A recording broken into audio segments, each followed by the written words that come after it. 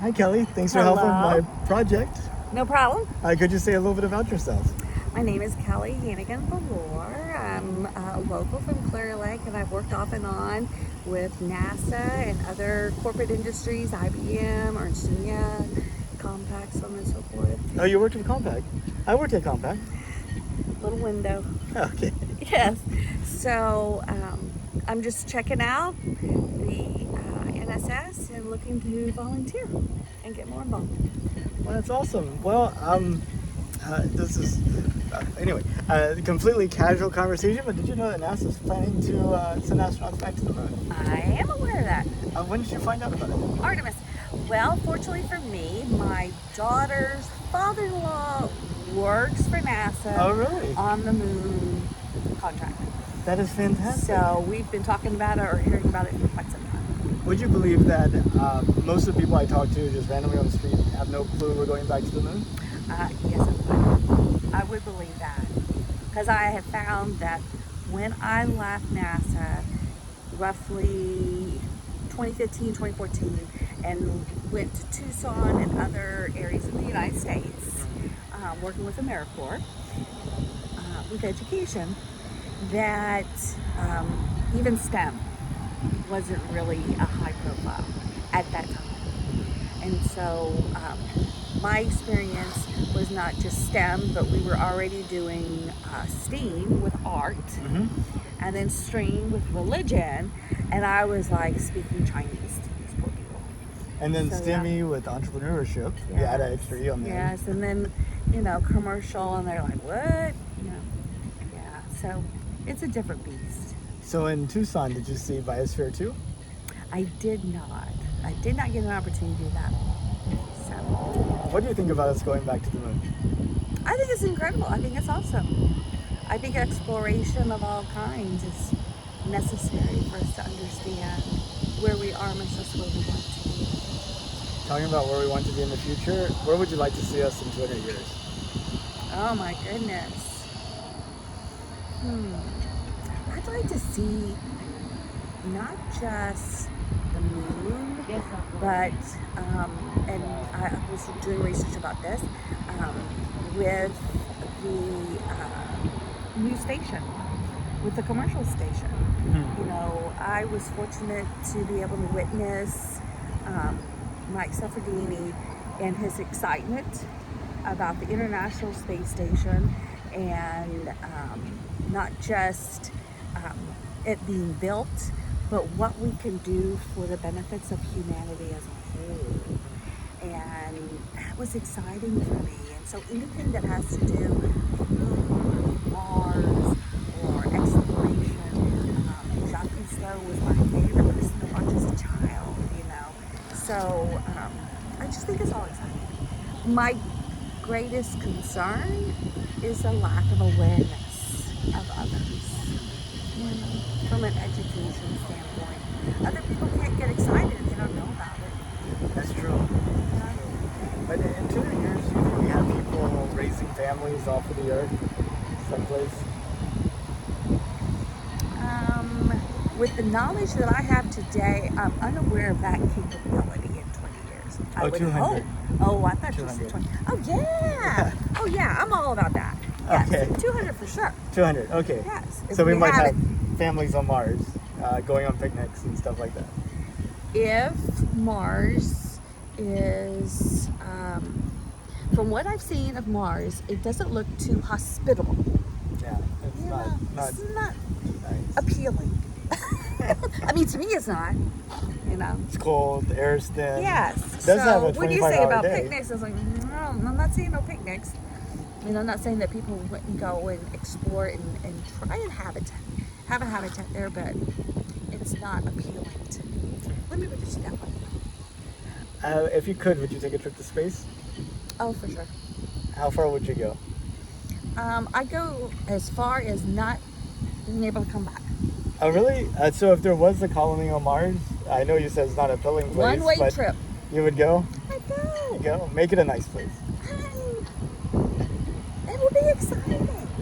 I'm serious.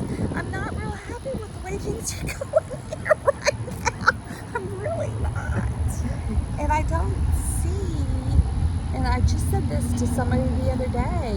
There's so much noise among people and populist groups protesting, and I don't see people communicating and speaking with each other. I see everybody talking at each other.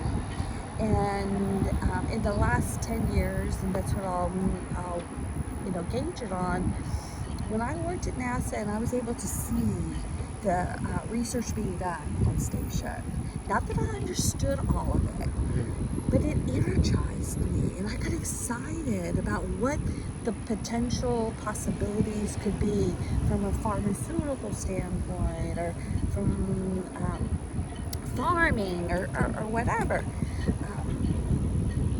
And now, being away from that, and then also witnessing, to me, this is my opinion, a deterioration in communication among people. Right. And all kinds of people. Yeah. It's kind of sad. I mean, people not hanging out with each other, not getting together and playing tennis, or Just having. a lot of stuff.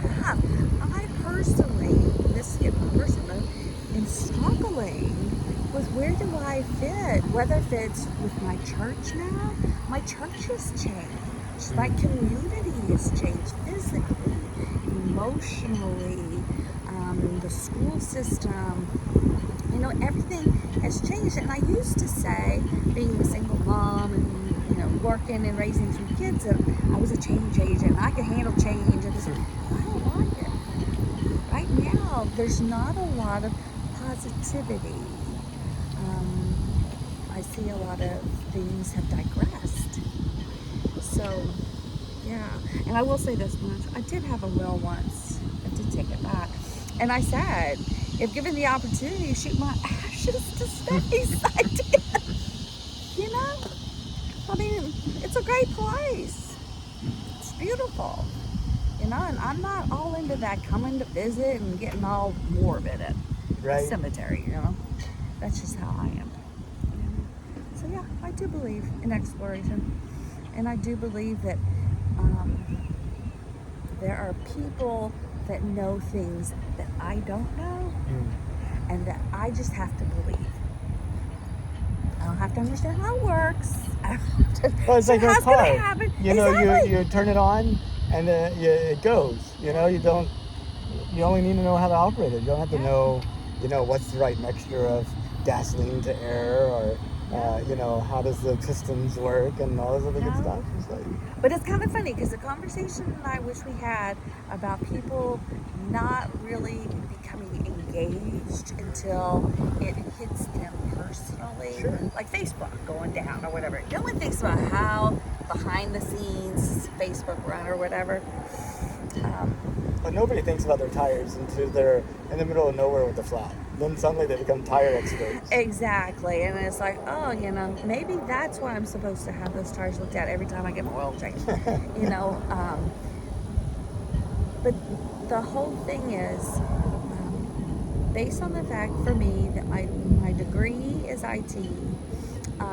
My first class was Fortran on key punch machines. Wow.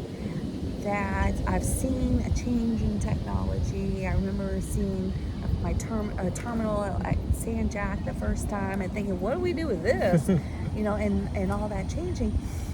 One of the greatest concerns, and I've voiced this with my children specifically, because of online stalking or safety issues. I know I'm off topic.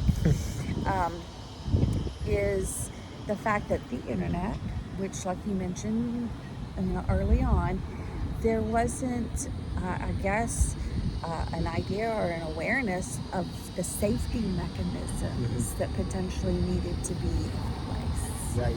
Financially or any other. And so now we're just like chasing our tails. And it's kind of like, space garbage. It's there. There was no forethought. And, how are we going to control this? How are we going to manage this? Yada, yada, yada. Because we just didn't know what we didn't know at that given time. space garbage is one thing, but garbage on Earth is something completely different. As I drive around Beltway 8, I see like 4 or 5 different landfills, and they keep raising. At some point, Houston's going to be surrounded by artificial mountains, and people will be like, "Wow, this is really interesting." And even in the last 10 years or whatever, we used to say, "Don't mess with Texas. We don't trash our state." And then in the last year or so, I've been in some areas downtown or whatever, and I'm like, what happened to that market? I know. What happened? So there's a lot of things, like I said, that we got right, and either they're no longer important to people, so they're not, being supported. But And it's I just believe it's got to get better. it's a positive feedback type of situation. If you live in a really clean area, then putting that first piece of trash out there is really detrimental, and you're like, oh my gosh, and people are like, what are you doing? But then whenever you have like a lot of trash floating around, the additional pieces that make it even more trashier, and it becomes more acceptable, and then it becomes harder. It becomes to, like, fix. It becomes normalized, part of the scenery. Yeah, and that's something that, like I said, there's things that have happened that I thought I would never have experienced that. And this is really off topic. I grew up in a very structured Catholic house. A devout Irish Catholic mom, so on and so forth. But she educated us about acceptance of other people. And growing up in Houston, being part of the Clear Lake area, I witnessed our demographics change. As a child, we had, one hand, there was 2 black families, there was 1 Muslim family, and I could identify everybody. So in the 70s, my mom would take us in to Westheimer Art Festival. Oh yeah, YMCA, Boas, and even though she was never prejudiced or whatever, she educated us. So I've done the same with my children. Today, I literally think if my peers were to ever know that I took my kids to La Cage La Fall, or I took my son down Bourbon Street on New Year's Eve when he was 13 or 14, that I would be condemned on Facebook to everyone. A lot of noise, a lot of distractions. A lot of people have too much free time. Yes, and things that they are spending their time on. There goes my phone. Things that they are spending their time on are not value added, and I can be guilty of it too. I'm not going to say, but I will say I'm going to be distracted for the next 30 minutes. I'm going to go do blah blah blah. But it's like everybody is their heads down in their phone. I got miffed the other day in church, and I had to talk to my church about it because it was about me. I didn't realize that our church, after COVID and the impact of COVID and the lack of funds, we no longer have missalets at the Catholic Church. A missalet? What's that? A missalet is readings that we have on a daily basis of the Old Testament, New Testament. Oh, I see. And it's how churches It's is like going a to daily flow. devotional? Well, it's how Mass is going to flow. Oh, okay. It literally is, this is Mass for this day. I and see. you can have a missalet, and because it's top down, you can go to any Catholic church, and you knew how church was going to flow. So it didn't matter if you went to your own congregation or a different one, it was the same all around the world. Exactly. Now, maybe in a different language. Right. Because years ago, they went from all Latin to multi-language, some other things too. But there was continuity. So, coming back to Clear Lake, I realized the community had changed, people had changed. So I started, as my girlfriend calls it, church shopping. So I went to the 3 Catholic churches. I realized this one now, it's more of a Hispanic flair, which was the first church I'd ever belonged to in Nassau Bay, and then St. Bees. I was married there, and then, whatever. So, bottom line, people were on their phones in church. Oh, reading the Missal. Well, we hope. We don't know. That is the deal, though. Okay. When I went to the deacon, I said, I'm copping a resentment in church. People have their phones out. I'm like, put it away. And he's like, Kelly, with COVID, people are now leaning towards their phones. They got accustomed to going to their phone online at home or whatever. And I made the comment to him. I said, I feel so lost as it is. And now you throw this technology. I sound like my mother. You throw this technology in there. And I said, I'm this, I'm that. And what I've come to realize in a very short window, probably the last 6 weeks, with some self-awareness and also a course I'm taking, is that there are a lot of people that feel like me. They're just lost. I read an article specifically. My son, we had issues here in Clear Lake. He had some emotional problems dealing with the loss of my sister and issues with his dad. And he had this refusal to go to school. Well, at that time, Texas was all about truancy, charge you, pay, all this stuff. Fast forward now, I read an article, and this is based out of the UK now. With COVID, it's like a crisis epidemic over there.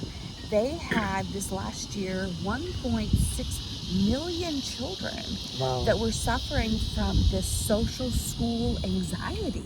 Oh, I felt it too coming back from, and also, going from Zoom to seeing people in person. I mean, there's something about, first of all, the way you pay attention in a Zoom meeting is you stare at the screen so that people know you're paying attention. And human interaction, like on daily, that's, it's like, you don't do that, you gotta. No.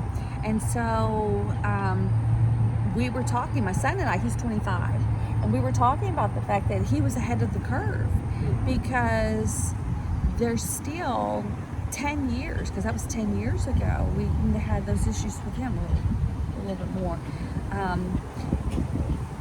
They're pointing the finger at the student, right, or at the parents, and they're not seeing the bigger picture. It's social isolation, and now when you throw them into a classroom, and then you've got the fact that they're behind in studies, it's overstimulation, then anxiety on being behind. So they're like, stop, I'm not going, I'm done. I was like, oh my God, Jay, I thought it was just us. Because he was never argumentative. And we talk about that all the time now. He just would roll over in bed. I'm not going. I'm like, they're charging me $500. Okay? And I'd be running a meeting for NASA.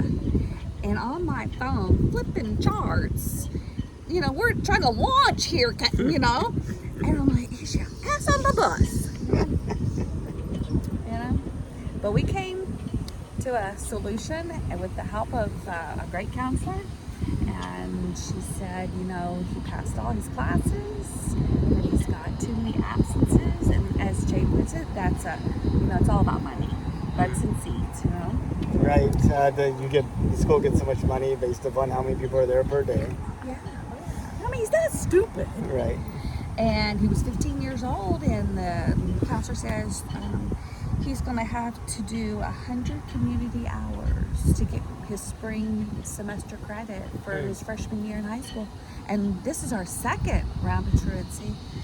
And I looked at her and said, ain't going to happen. I can't get him to go to school. You want me to 100 community hours?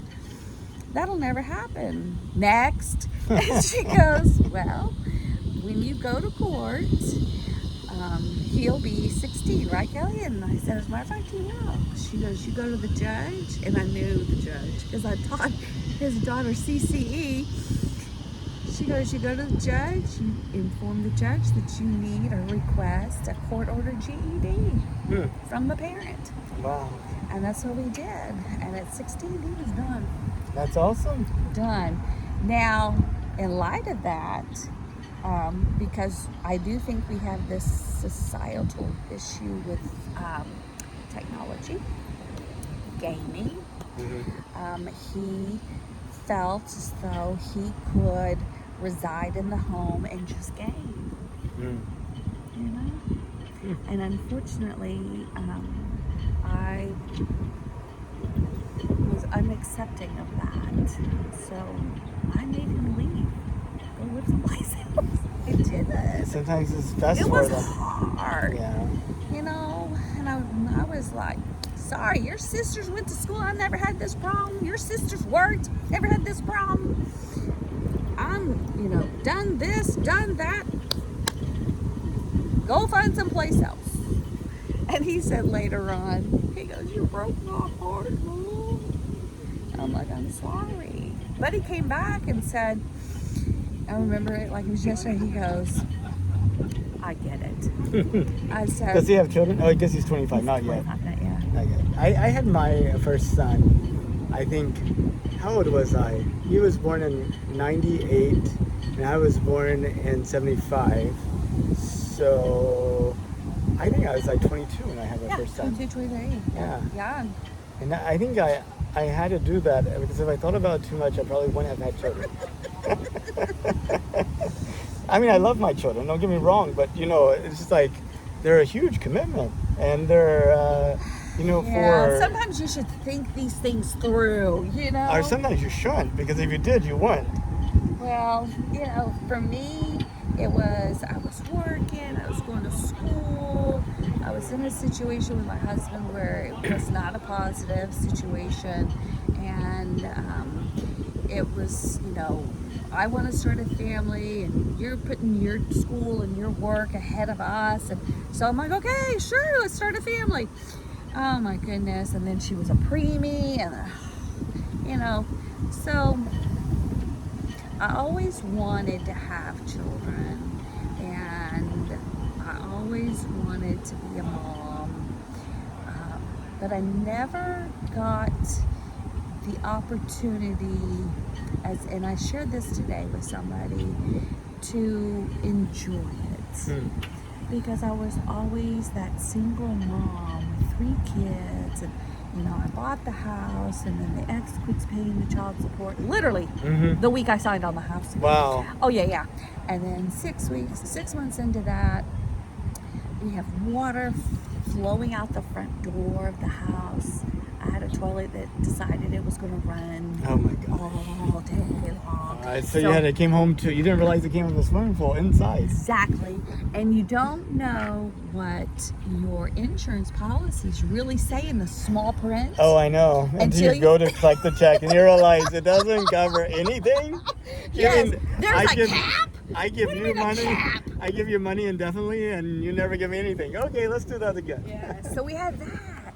And then, then there was the financial crisis that hit. And then I had this house. Which one? Like the 2008. 2008. Yeah, then we had 2008.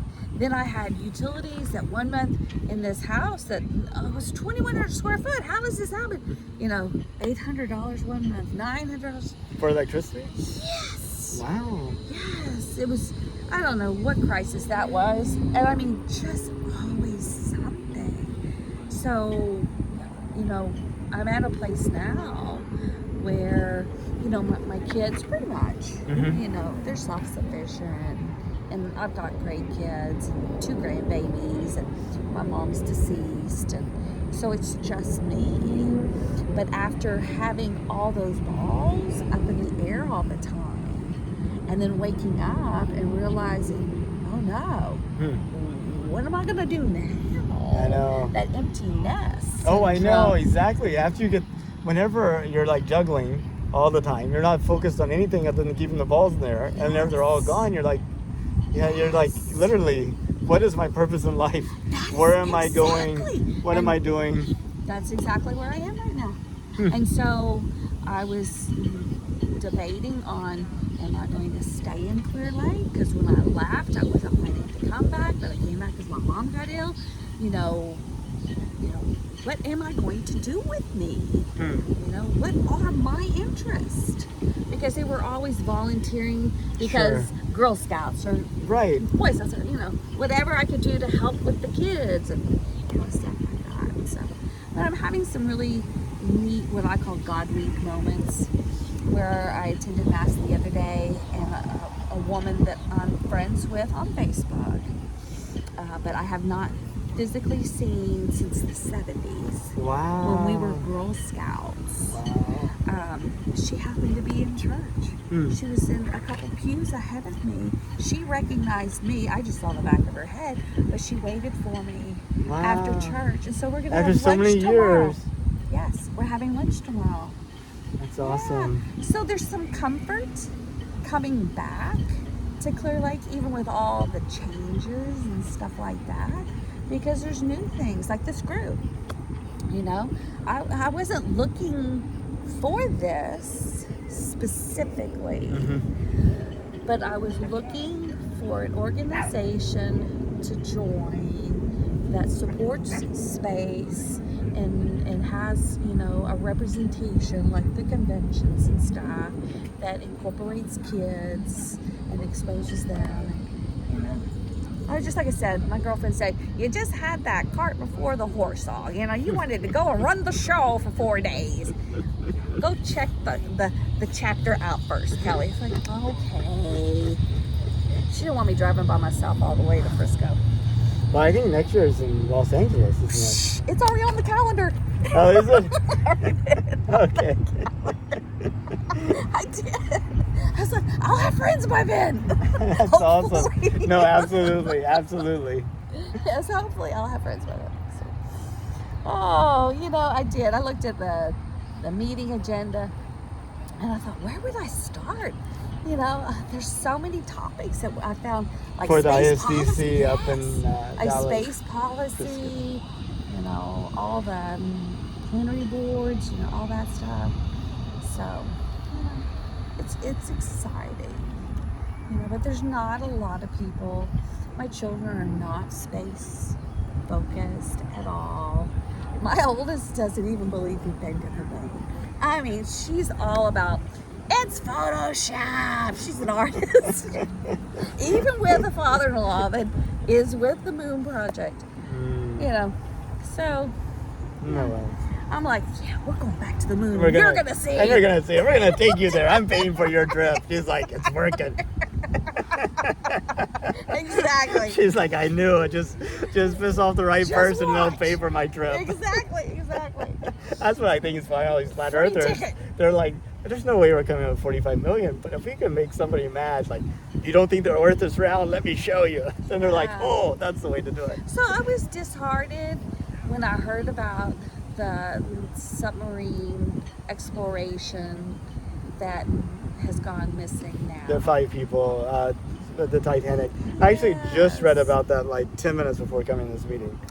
And Yeah. I guess they are, you know, projected to run out of air by this Thursday, and there's no sight where they are. And Yeah.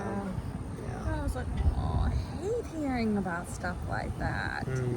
You know, because there's such, you know, excitement with people that want to explore. You know, they know the risk.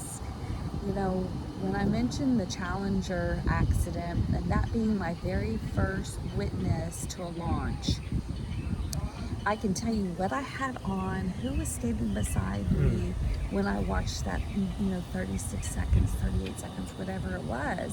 And from that point forward,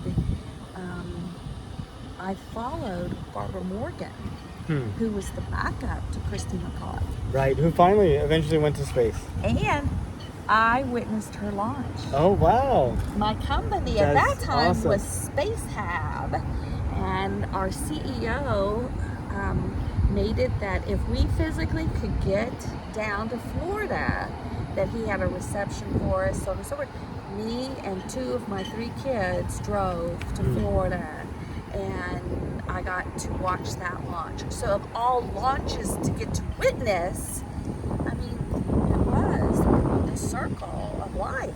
The building I worked in is Building 4 South, and I did my contract, my last contract, that is the building that houses the astronauts' offices.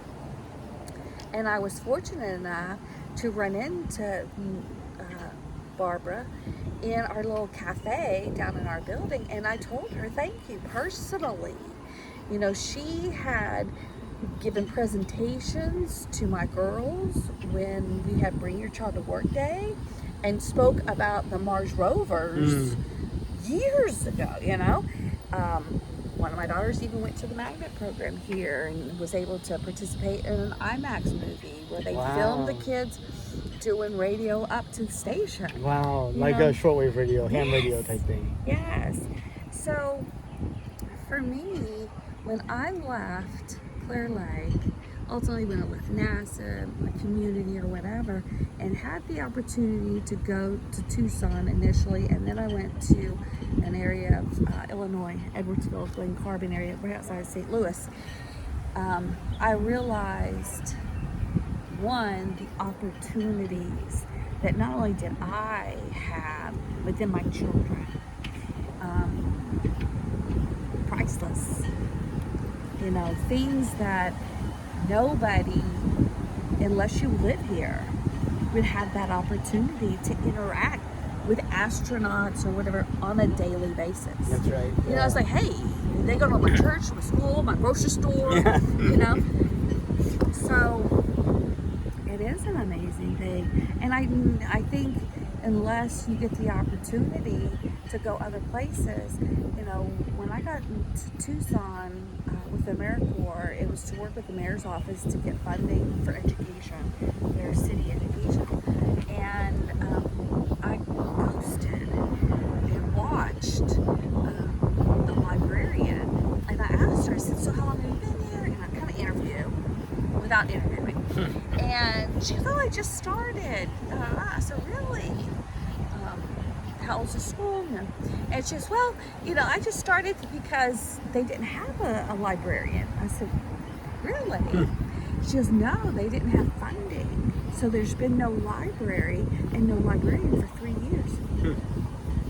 I'm like, how do kids go to school and no library? Right. Now, my parents owned a bookstore with me growing up, so I just did not get that, you know. And I learned about city politics, you know, by going there and seeing, you know, maybe not everybody gets financially the support from their community or whatever. You know, the poverty rate is high in Tucson. Everybody, a lot of people use public transportation. I mean, 10 years ago or whatever, I think it was $12 to ride the bus for a month. Wow, that's good. It is. But I witnessed that even then, like I said, that was almost 10 years ago, there were organizations within the community, because we had a one day where United Way brought in all these nonprofits that they worked with. And some of these nonprofits have been doing their support for the community for 10 years. And I'm thinking, oh my gosh, you know, I had no, you know, idea, you know, just how blessed and now I call it the bubble. They're like, it's like a bubble. Right. You know, we are. And the gifts that we get from being in this community.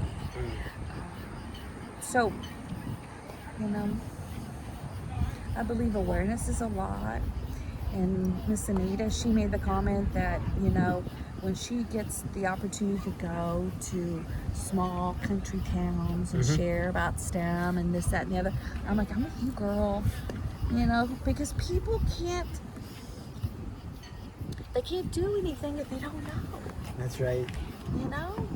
And so people know stuff, but for whatever reason, and I'm grateful of late that I'm witnessing via TV, as simple as that is, our commercials are getting a space thing. Oh, really? If you pay attention. Oh, you're talking about like Xfinity, for example? You had like the Lots of gamers on space. If you pay the attention, moon. there's more and more that are getting a little this in there, or a little that, or they'll say something about this orbit, or I'm like all over it. So, Rocket Mortgage or yes! Rocket Phone or just however they can get it in there. I'm like, yes, you need to let people know this is real stuff, and people are capable of doing amazing things. They are. They just have to commit to doing it. And be given the opportunities. Or to make it opportunities. Now, my daughter was in robotics. She's 34 now, So the topics, and when I decided to go to school at College of the Mainland, my husband, boyfriend at the time, he was installing the warehouse facility at Compaq. So we lived here, he would drive all the way over here. He did robotics and he did fiber optics. This is out in like Cyprus, like 290 and the OTI buildings. What is Or is it the main campus? Main campus. Over there main on campus. 249 yes, near yes, Loretta? Yes, Yeah. It's the main campus. I was like, no, not 290. But yeah, he would drive all the way out there. Right. He asked me at the time, he goes, Kelly, and this shows you about libraries. He goes, I need you to go to the library. I need you to get me a book on fiber optics or robotics. I'm like, okay, I'll go do it. I came home, I said, he goes, where's my books? I said, there aren't any books. John, there's no books. Brilliant. And he installed, along with his team and stuff, that facility. Now, in retrospect, we sit back and think we were in our 20s. We didn't know. If we had bought stock, versus spending all that money we was making, Sure. Yeah. Hindsight's 2020. I know.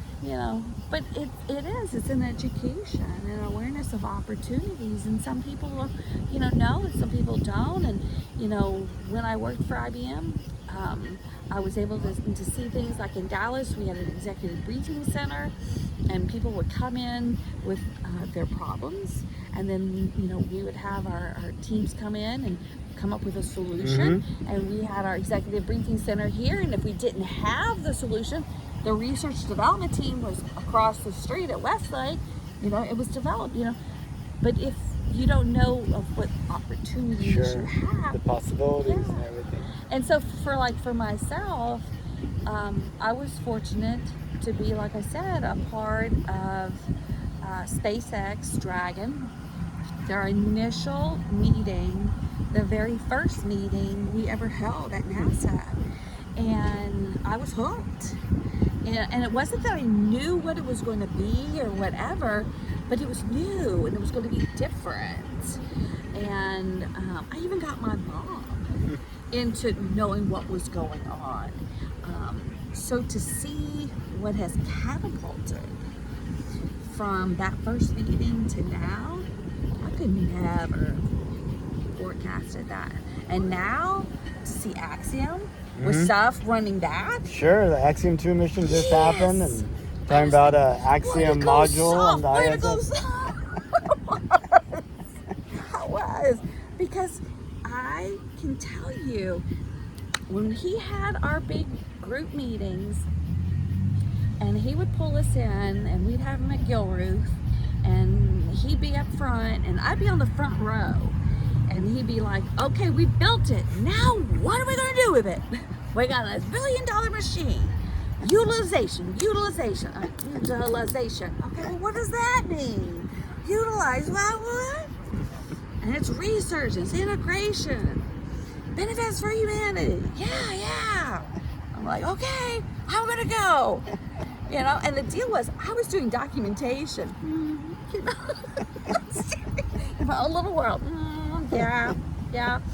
But the last year, I got pulled on a new contract.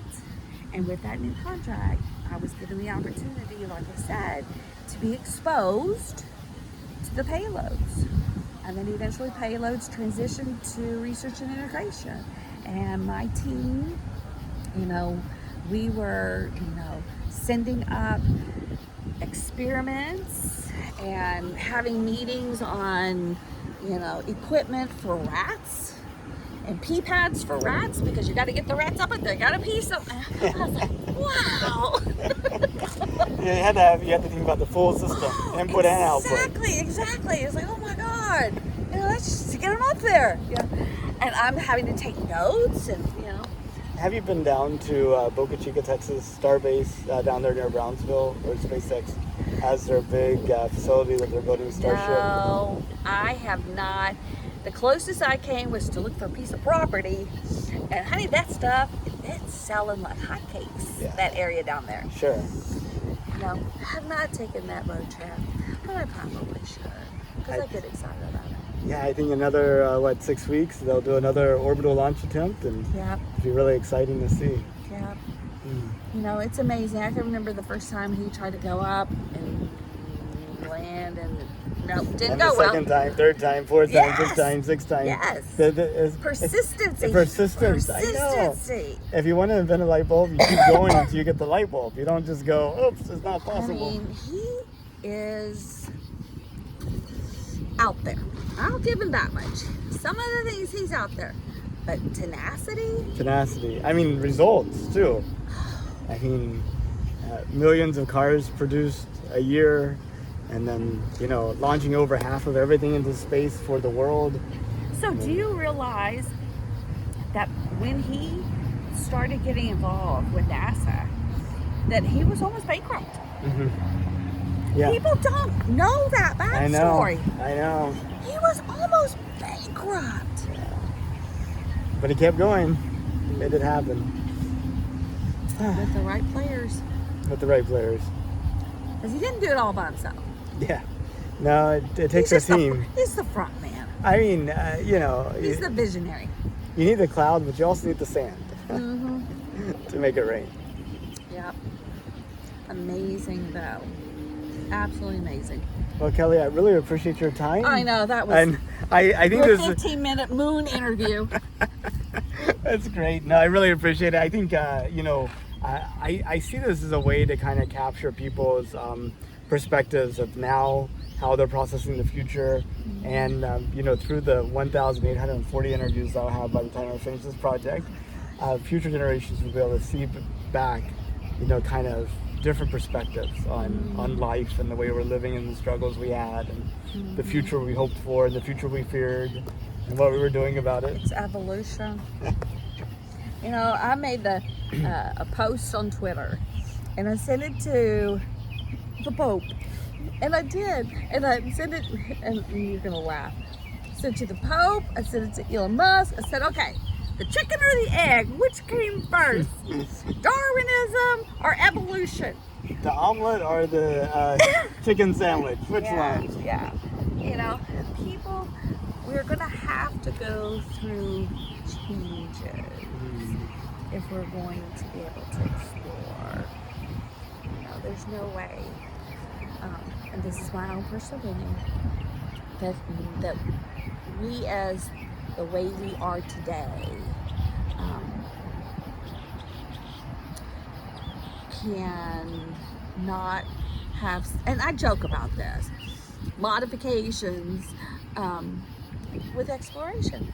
I mean, we do it already. I mean, we get hearing aids put in, we get knees replaced, we get pacemakers put in, people have all sorts of cosmetic surgery and, kind of other, we have like things to take care of, like our arteries and my all this biggest stuff. hang up on all of that is not a matter of who's doing what or whatever, and it's the ethics behind it and making sure that bioengineering, artificial intelligence, cloning, on and on, that it is being done with permission. Informed consent. That, Yes. People truly know their risks Yes. and not this blanket, oh, by the way, we know what's best for you. We're going to just slip this into your food. or water. Or water. Or water. Yes. You know, like I said, I alluded to the fact that, you know, I sent a tweet. Well, I sent another tweet to the FDA, and it had to do with my medicines. And this is like 8-9 years ago. And I said, which pill do I take? These are both generic blood pressure medications. They're supposed to be the same milligram. Mm-hmm. They're different colors, different sizes. And I said, oh, and what's the filler that's in? Right? You know, I was snarky. That's what my kids say. You're just being snarky, Mom. But it's the truth.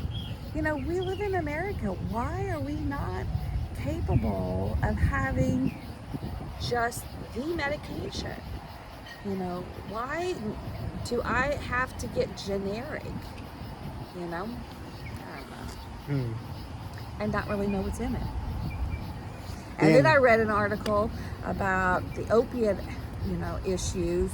You know, China brings the drugs to Mexico. Mexico brings them to their mills and then ships them over here or whatever. Now they did this research, and a team of reporters went and they tested them. It's not any better. The gentleman that was my CEO that sponsored the launch that I got to see, his son died. Oh no, from opioids, from the Heroin. 21 years old. Texas Christian University. Got hooked up with some kid. Some kid took out $65 on his debit card, shot him up one time, dead. Horrific. You know? And it's only gotten worse. Yeah. That was 2013 that happened. And now, I mean, people are having all kinds of medical issues. You know, and they're not getting what they want, so they're going places they shouldn't. I had an aunt and a cousin that bought drugs from Mexico, prescription, all the time online. Sure. No way you'd catch me doing that. You know, back then, much less now. You know, it's crazy. You just can't trust anything. Well, hopefully in 200 years, people will have some of these issues to be sorted, I hope. In 200 years, everything's going to be perfect. I don't know about perfect.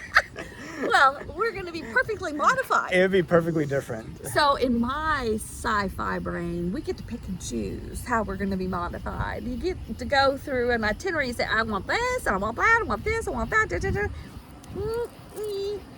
Now shoot me off. But you know, it's like these role-playing games. You get these character sheets and you have so many points. And I haven't played many, but the way I understand them is you can spend so many on like maybe speed and so much on like defensive abilities and so much on tagging. So you get to change like proportions. So you have like a budget that you work with them to get that. So it might be something like that. Oh my gosh. Yeah. Like, do you want to be really good at hearing, or would you rather be better at smelling? You know, now if you're a cook. It all depends. It all depends. It all depends. Yeah. I was thinking about that today as I was out, because I am a smoker. I was smoking. I was thinking, if I lost a sense, which one would affect me the most? Would it be sight or hearing? Because I love music. And I thought, I don't know. Yeah, I think, the thing is, I think it'd be easier to kind of give you a sense of hearing from sight than it would be to give you a sense of sight from hearing. Like, you can have like a device that's like telling you noise is coming from this direction, and you look at it and you see noise is coming in that direction, and you kind of characterize the noise by the way it flashes or the colors or the shapes and, the way it looks. But I just wonder, like hearing, like how could you like take all this information that you have out here and kind of be able to serialize it so you could understand it? Yeah, I don't know.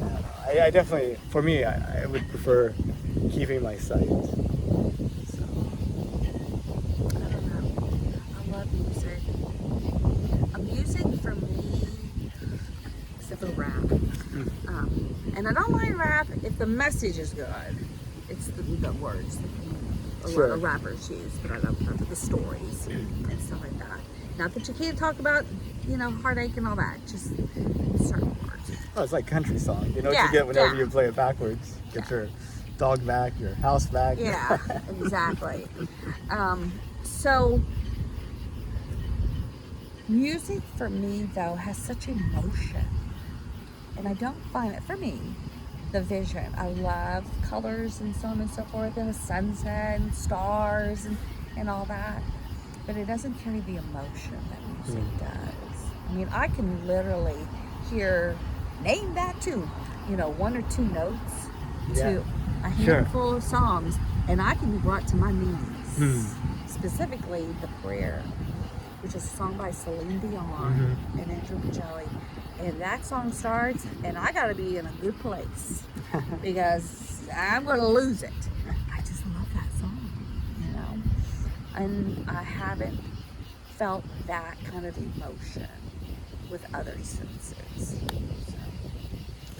Well, Kelly, I really appreciate your time. Well, I this was not expected. I think This it was was great. impromptu.